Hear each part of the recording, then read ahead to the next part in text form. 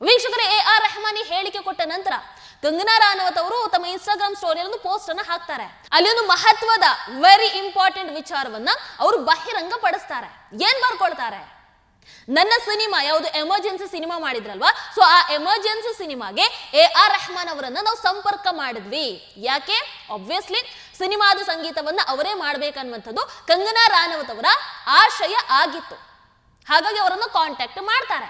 ಆದ್ರೆ AR ರೆಹಮಾನ್ ಆ ಸಿನಿಮಾದ ಕಥೆ ಕೇಳೋ ಮೊದಲೇ ಆ ಪ್ರಾಜೆಕ್ಟ್ ಅನ್ನ ನಿರಾಕರಿಸ್ತಾರೆ. ಅಷ್ಟೇ ಅಲ್ಲ, ಕಂಗನಾ ರಾನವತ್ ಅವರನ್ನ ಭೇಟಿ ಮಾಡೋದಕ್ಕೂ ಕೂಡ ಅವರು ಒಪ್ಪೋದಿಲ್ಲ. ಯಾಕೆ ಈ ರೀತಿ ಮಾಡ್ತಾರೆ? ಯಾಕೆ ಅಂತ ಅಂದ್ರೆ ಕಂಗನಾ ರಾನವತ್ ಅವರ ಐಡಿಯಾಲಜಿ, ಅದೇ ರೀತಿ AR ರೆಹಮಾನ್ ಅವರ ಐಡಿಯಾಲಜಿ ಎರಡು ಕೂಡ ಬೇರೆ ಬೇರೆ ಇರುವಂತದ್ದು. ಕಂಗನಾ ರಾನವತ್ ಹಿಂದುತ್ವದ ವಿಚಾರದಲ್ಲಿ ತುಂಬಾ ಸ್ಟ್ರಾಂಗ್ ಆಗಿ ಮಾತಾಡ್ತಾ ಇದ್ದಾರೆ. ಹಾಗಾಗಿ ಅವರಿಗೆ ಅದು ಬೇಡ ಆಗಿತ್ತು.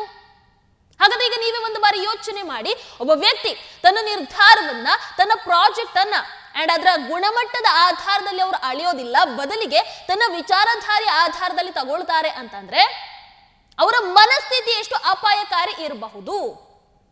ಇಲ್ಲಿ AR ರೆಹಮಾನ್ ಮೊದಲೇ ನಾನು ಎಮರ್ಜೆನ್ಸಿ ಸಿನಿಮಾದ ಭಾಗ ಆಗಲ್ಲ ಅಂತ ಡಿಸೈಡ್ ಮಾಡಿ ಆಗಿತ್ತು.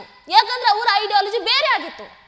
ಅಂಡ್ ಈಗ ಅದೇ ವ್ಯಕ್ತಿ ಬಂದು ಹೇಳ್ತಾ ಇದ್ದಾರೆ, ದೇಶದ ವಾತಾವರಣನೇ ಬದಲಾಗಬಿಟ್ಟಿದೆ, ಅದಕ್ಕೆ ನನಗೆ ಕೆಲಸ ಸಿಗ್ತಾ ಇಲ್ಲ ಅಂತ.